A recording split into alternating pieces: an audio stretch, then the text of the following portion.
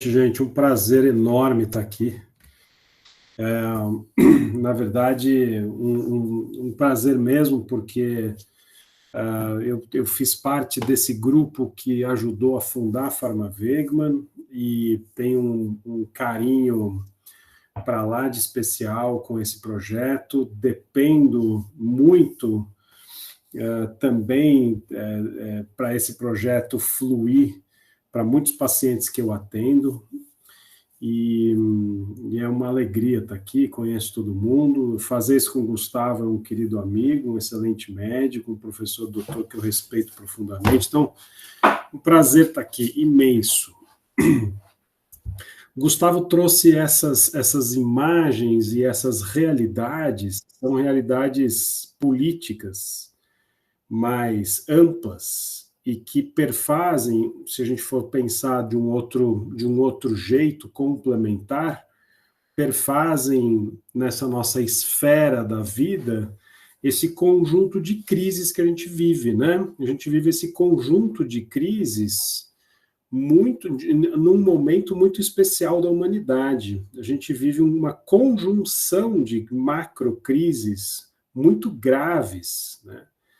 Então, a gente vive a crise climática, que é uma crise por si só ameaçadora, ela é real, ela acontece todos os dias conosco o tempo todo agora, né? A gente vive uma crise política no mundo inteiro, né? A gente vive uma crise econômica, essa talvez é a mais palpável. O Gustavo, dentro da fala dele, está permeado muito desse ultracapitalismo, onde toda a existência é uma existência a ser explorada, no final das contas, né? A gente vive uma crise cultural, e essa crise cultural é também extremamente adoecedora e ameaçadora, porque ela vai tirando significados ou fazendo todas as significações da cultura. O campo arte, por exemplo, vai ficando cada vez mais distante das pessoas, cada vez mais um produto do capital, e muito menos uma realidade de nutrição dessa alma que o Gustavo traz, né? Como foi um papel da arte ao longo de muitos e muitos e muitos séculos, né? A arte como produto de significado, como produto de nutrição desses sentimentos, como produto de trazer também o contraditório, a alegria, a beleza, a feiura, a problematização das coisas, né? Então, a arte hoje ela não exerce um papel. Falar de arte hoje parece uma coisa artificial, né? Parece uma coisa distante da gente, parece uma coisa que assim, não, é só isso é coisa de artista, ou isso é coisa de uma coisa muito refinada, que não tem um papel na nossa vida, né? Então, isso já denuncia como o papel da arte ficou alienado da vida.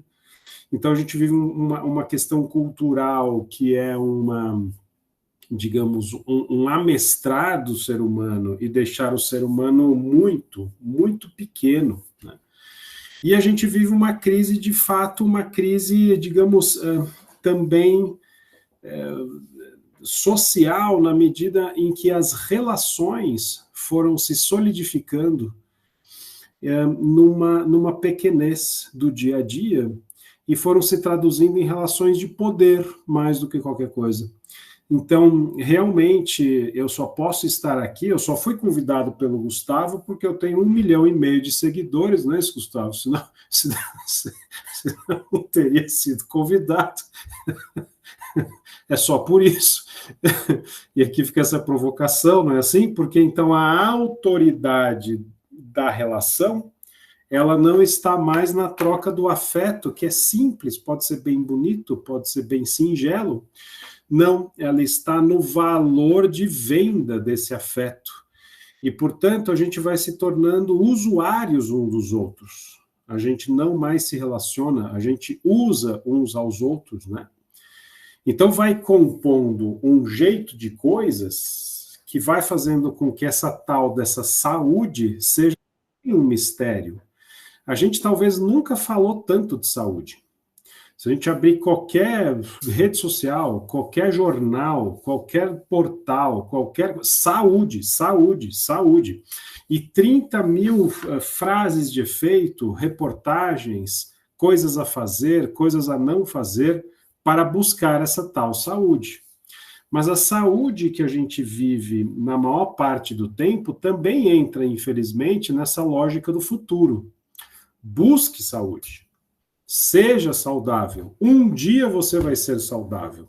Quando você comer orgânico, dormir 8 horas por dia e sei lá que mais, e fazer esporte 12 vezes por semana, você será saudável, né? Então também faz uma projeção dessa saúde, que é uma saúde que também não existe.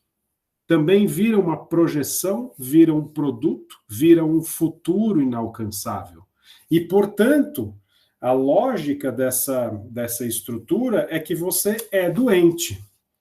A verdade é que nós somos doentes.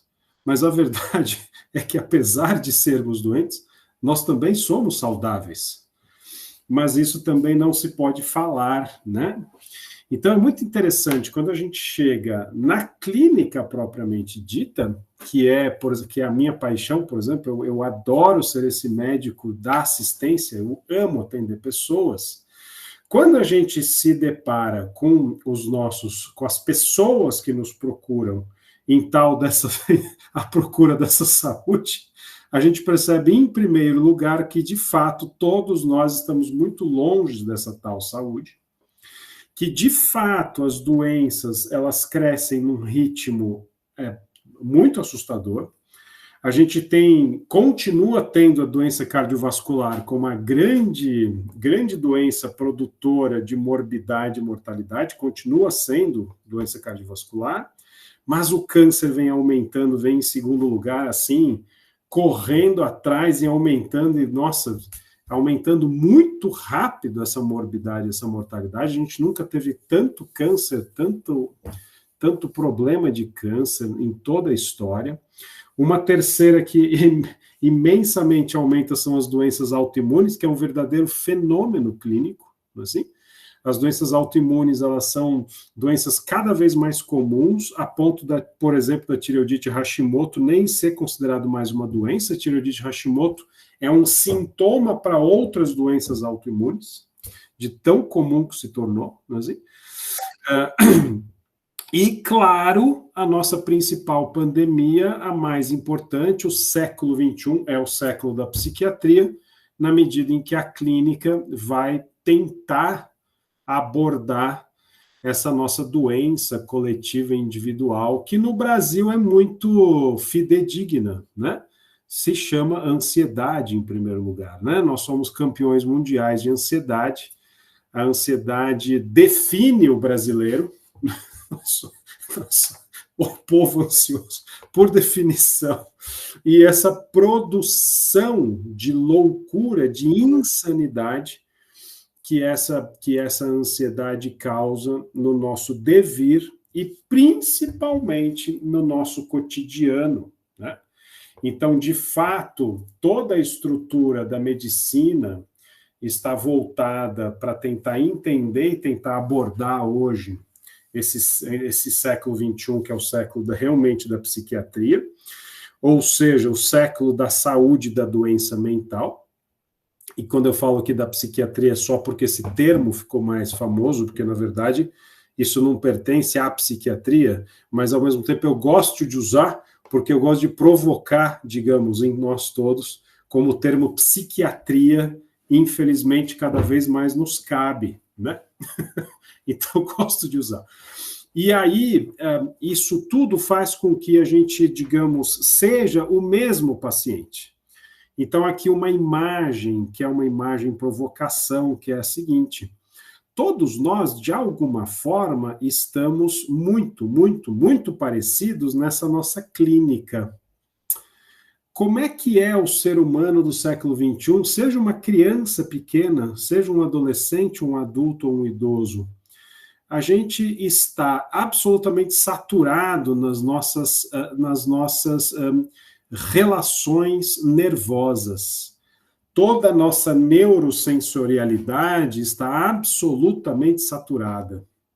Eu, quando chega 9 horas da noite, eu não sei vocês, eu não sei nem mais meu nome direito. Porque eu recebi tanta impressão sensorial ao longo do dia, trilhões por minuto, que quando chega 9 da noite eu não lembro o meu nome, né? Então, a gente recebe muita informação e muita excitação nervosa o tempo todo. Tem muito estudo sobre isso, inclusive, né? Essa coisa, por exemplo, da simpaticotonia e parasimpaticotonia, essa famosa questão do nervo vago ventral versus todo um super uso da nossa suprarrenal. Então, a clínica também vai buscando entender tudo isso, mas o fato é que nós estamos profundamente saturados no nosso sistema nervoso. Em toda a produção da subjetividade e no mundo psíquico, no mundo das emoções, o que se vê em todos nós é uma profunda manipulação dos afetos, não é assim? Eu sou profundamente manipulado nos meus afetos por tudo que o Gustavo trouxe, e na verdade eu não tenho uma autorreflexão e principalmente uma autoprodução de afetos e de significados das coisas, né? Então, o que acontece comigo sempre é que eu estou muito manipulado nos afetos e, no máximo, tento reagir a isso. E se eu sou confrontado nos afetos, opa, isso me dói, é uma ferida. Você não pode fazer isso comigo. Cai como uma grande ferida. Então, a gente tem muito cuidado em como conversar com as pessoas nessa questão primordial da medicina que se chama vínculo. Então, vincular com as pessoas na clínica é cada vez mais desafiador, porque a gente entende que o vínculo é o começo de tudo para uma melhora clínica. Continua sendo assim, mas vínculo parece que realmente está fora de moda. Não funciona. Ah, para com isso. Você é doido, vai fazer isso não, moço. Não pode. E, finalmente, na questão da volição, na questão importantíssima de como é que eu produzo a minha vida, normalmente o que a gente vai encontrar em todos nós é medo mesmo. Medo. E o medo realmente vai nos definindo. De maneira que eu vou fazer tudo o que é adequado, de maneira que eu vou fazer tudo o que é necessário para que eu seja aceito, de maneira que eu vou fazer tudo o que vá fazer de algum modo eu conseguir pagar as minhas contas, assim? Então, toda a minha força da volição está voltada para uma existência que eu não tenho o menor domínio, mas que eu não sonhei, que eu não criei força para tentar fazer. É girar uma roda que precisa estar cooptada o tempo todo por essa esfera do medo. E essa questão do medo, ela é, digamos, cada vez mais, no meu entender, a principal característica da época. Se existe uma característica que, de fato, vai nos definindo, é o medo, porque o medo vai digamos, inundar os afetos, e esse medo vai inundar o nosso pensamento. Então, entre outras coisas, então eu vou ficar automático, adequado, normótico o tempo todo dentro da minha vontade. Porque se eu não for normótico na minha vontade, eu nem sei o que eu faria com opção, não é assim? Então, isso é outra mágica do século XXI, não é assim? Eu tenho 52 milhões de opções a cada segundo. Será mesmo? Será mesmo que eu tenho opção para tudo o tempo todo, né? Então, na verdade, eu estou hipercondicionado a fazer a mesma coisa para seguir uma coisa normótica, muito guiada pelo medo. Então, essa é a nossa clínica. O que eu estou dizendo aqui? Estou tentando fazer uma imagem de quem eu encontro todo dia como médico. Quem que eu encontro todo dia como médico? Uma pessoa que é muito saturada no seu sistema nervoso, hipersaturada no seu sistema nervoso, onde é muito difícil processar um pensamento. Uma pessoa que está sendo profundamente manipulada nos seus afetos, e essa insegurança, essa reatividade é um modo de vida, e uma pessoa que está profundamente condicionada na sua vontade, onde ela mesma não está dirigindo a própria vida. Esse assunto parece uma loucura quando eu abordo com essa pessoa. Como assim, dirigir a própria vida? Mas você é coach? O que é isso? Né? Que fala é essa? Né? Porque a vontade está realmente mais alienada em busca dessa sobrevivência. Então, isso somos nós, digamos assim, esse é o retrato. Então, como manter uma sanidade, uma saúde nisso, é o que a gente vai tentar abordar daqui a pouquinho, quis trazer essa imagem de quem nós somos na clínica. E uma coisa que eu acho, digamos, simbólica e fidedigna dos nossos tempos é exatamente como as doenças vêm aumentando mesmo, seja no que é a incidência e a prevalência, seja na gravidade das doenças, né? As doenças são graves, a gente tem múltiplas doenças. E eu diria que, de fato, o que nutre todas essas doenças, sem dúvida alguma, é essa alma doente, esse pensamento, esse sentimento e essa vontade que não podem fazer do ser humano um ser humano pequeno. Então, se eu pudesse resumir tudo o que a gente vive, é que, de alguma forma, a gente está sendo tentado a ser humano pequeno, mas a gente não foi criado para ser humano pequeno. Né? Então, não cabe, não tem como. Não pensar, ficar apenas sendo manipulado e viver pelo medo, o ser humano não foi feito para isso. Isso é muito pequeno para o ser humano. Então, essa é uma imagem que eu faço, porque o ser humano não pode ser, não pode aceitar estar e ser assim, né? Muito pequeno, muito simplista. Ele não é isso, ele não pode ser isso. Então, agora a gente podia abrir um pouquinho para o debate, né?